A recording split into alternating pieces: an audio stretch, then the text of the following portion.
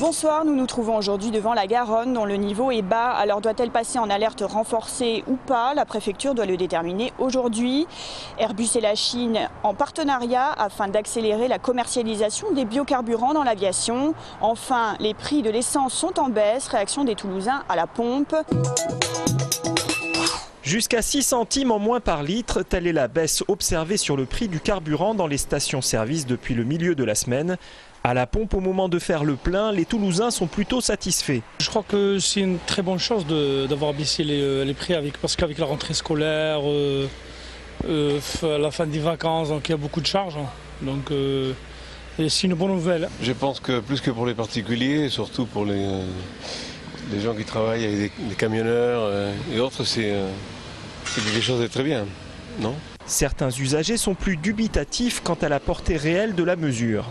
Ça va être quoi? Sur un plein, ça va peut-être être 4 €, quelque chose comme ça, j'en sais rien. Puis les pleins, j'en fais un tous les mois, donc c'est pas ça qui va me faire gagner des milliers et des cents. Je trouve que c'était pas forcément nécessaire parce que perdre 6 centimes pour finalement, j'ai entendu dire que lorsqu'on perdait 5 centimes, l'État perdait 600 millions d'euros, quelque chose comme ça.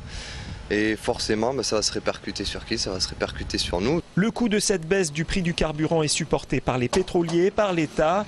Pour ce dernier, cette mesure coûtera en fait 300 millions d'euros. Comment envisager une aviation durable, anticiper l'augmentation du trafic aérien qui va vraisemblablement doubler d'ici la prochaine décennie et réduire les émissions de CO2. Airbus planche sur le sujet depuis quelques années et vient d'ailleurs de signer un partenariat avec une université spécialisée à Pékin. Objectif, réaliser une étude de faisabilité pour envisager de façon durable la production en quantité réelle et industrielle de carburants alternatifs ou biocarburants pour sortir progressivement des énergies fossiles. Le problème, ça prend du temps. En termes de production, on se dirige aussi vers des énergies qui soient produites de façon plus efficace avec des carburants qu'on appelle de 3e ou 4e génération à base par exemple de nouveaux process comme l'utilisation d'algues ou de levures ou autres, justement qui nous évitera d'être en compétition avec les modes de production traditionnels comme l'agriculture. Et puis d'autre part, il y a tous les aspects liés à la certification qui sont aussi quelque chose de très important puisqu'il faut tester à la fois le fuel lui-même mais son utilisation sur nos produits. Et de notre côté, les critères économiques aujourd'hui, tels que nous sommes aujourd'hui, sont très très importants puisqu'effectivement le prix est quelque chose de fondamental pour nos compagnies aériennes. Plusieurs vols avec biocarburant ont déjà été testés avec par exemple la liaison Filton-Toulouse effectuée l'année dernière par l'A380. Ici, le procédé utilisé était la transformation de gaz en liquide, kérosène. D'autres expériences ont été conduites au Mexique par exemple. Un vol utilisant l'huile végétale extraite de la plante Jatropha ou encore en Finlande avec des huiles usagées. Des expériences plutôt concluantes. Aujourd'hui, on pourrait donc envisager, si le volume et les prix étaient au rendez-vous, de pouvoir voler avec des biocarburants. À l'heure actuelle, on estime à moins de 2% la proportion d'avions qui consomment des carburants alternatifs sur l'ensemble du trafic aérien mondial. Café colloque au Crige. Cet après-midi, une quinzaine de jeunes entre 20 et 30 ans y ont participé. La colocation, un phénomène en constant développement qui dépasse désormais le seul avantage financier. On aime bien que le colocataire ait quelque chose à nous apporter. On est jeune, qu'est-ce que tu aimes, quels sont tes goûts, parce que si on se met en colocation, c'est pour partager plusieurs choses, pour sortir ensemble et voilà. Donc c'est pour ça que c'est vrai que la colocation, ça, en général, c'est mieux de rencontrer la personne plutôt que d'avoir quelque chose, une fiche sur le net qui il gagne temps et bon, c'est pas super. Si j'habite avec des personnes de ma même nationalité, on doit chercher d'autres pour avoir une langue commune, le français dans la colocation, mais à la résidence, si tu as dans les mêmes couloirs, tu as des personnes de ta nationalité, tu vas parler ta langue. La colocation, non, c'est pas intéressant, la colocation est mieux pour ça. Le Crige propose près de 200 annonces de colocation. L'atelier a pour but de sensibiliser ceux qui font leur premier pas de colocataire sur l'aspect juridique de l'opération. On fait une information donc, à la fois sur toutes les aides qui facilitent l'accès à un logement, les aides que la mairie met en place, la région Midi-Pyrénées et également, voilà, vous l'avez dit, sur effectivement un peu une information juridique sur les spécificités de la colocation avec notamment la clause de solidarité. clause à laquelle il faut faire attention. Les cafés colloques, c'est désormais tous les jeudis après-midi. Le débat sur les salles de shoot relancé après l'intervention dans l'hémicycle de Jean-Marie Le Guen en leur faveur. En 2010, suite à un rapport de l'INSERM qui préconisait l'ouverture de ces lieux en France, la majorité municipale s'était dite prête à accueillir une éventuelle expérimentation future. La position des élus socialistes n'a pas changé. C'est un double avantage. Un, ces personnes-là reprennent un peu de dignité plutôt que d'être dans la rue à se piquer.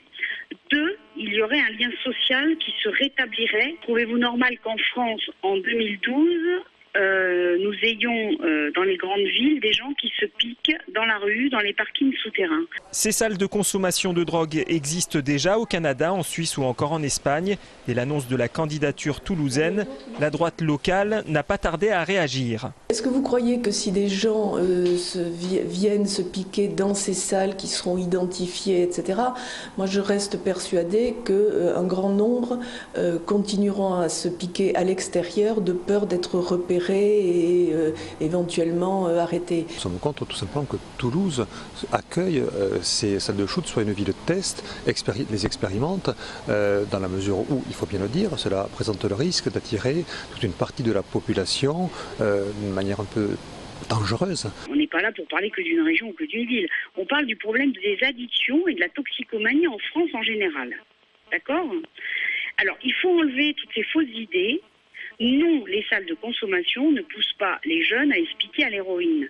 Entre le fumeur de cannabis ou la fumeuse et celui ou celle qui va se piquer à l'héroïne, c'est pas une ruelle qui les sépare, c'est un gouffre. La candidature de Toulouse comme ville test pourrait être examinée dès la rentrée par le ministère de la Santé. La Garonne sous surveillance. La direction départementale des territoires, le SMEAG, syndicat des eaux, et l'agence de l'eau Adour-Garonne étaient réunis ce matin à la préfecture pour décider ou non le passage en alerte renforcée. Pas de mesures supplémentaires, les restrictions concernent toujours les seuls agriculteurs qui sont donc sous le coup d'une interdiction d'irriguer 2 jours par semaine. Les particuliers et les collectivités ne sont à ce jour pas affectés par les mesures de restriction, mais sont toutefois invités à économiser l'eau. Les 30 millions de mètres cubes rachetés cette année à EDF doivent permettre de garantir le débit du fleuve jusqu'au début de l'automne. Cependant, la Garonne fait l'objet d'une surveillance quotidienne. Rugby, après 2 victoires face à Castres et Mont-de-Marsan, le Stade Toulousain occupe une très satisfaisante 2e place du top 14. Pourtant, les joueurs et le staff ont pointé du doigt les faiblesses de l'équipe. Manque de sérénité, difficultés sur les fondamentaux. Il faudra être plus performant ce week-end face au Biarritz Olympique, l'actuel leader du championnat. Samedi, les Rouges et Noirs se déplacent en Pays Basque au stade Aguilera. Un test grandeur nature pour les hommes de Guinoves. Biarritz-Toulouse, coup d'envoi samedi dès 15 h. Football, le TFC, 4e et invaincu en Ligue 1 après 3 journées, affronte Reims, promu dans l'élite cette saison. Samedi à domicile, les Violets chercheront à poursuivre leur bonne série, histoire de se rapprocher de la tête du classement. Dans l'équipe type toulousaine, à noter qu'Étienne Capou, de nouveau appelé par Didier Deschamps avec les Bleus, sera très attendu par ses supporters toulousains. À la pointe de l'attaque, Wissam Ben Yedder, appelé lui en équipe de France Espoir, cherchera à inscrire un 3e but cette saison. TFC Reims, coup d'envoi donné par le légendaire Juste Fontaine, samedi dès 20 h.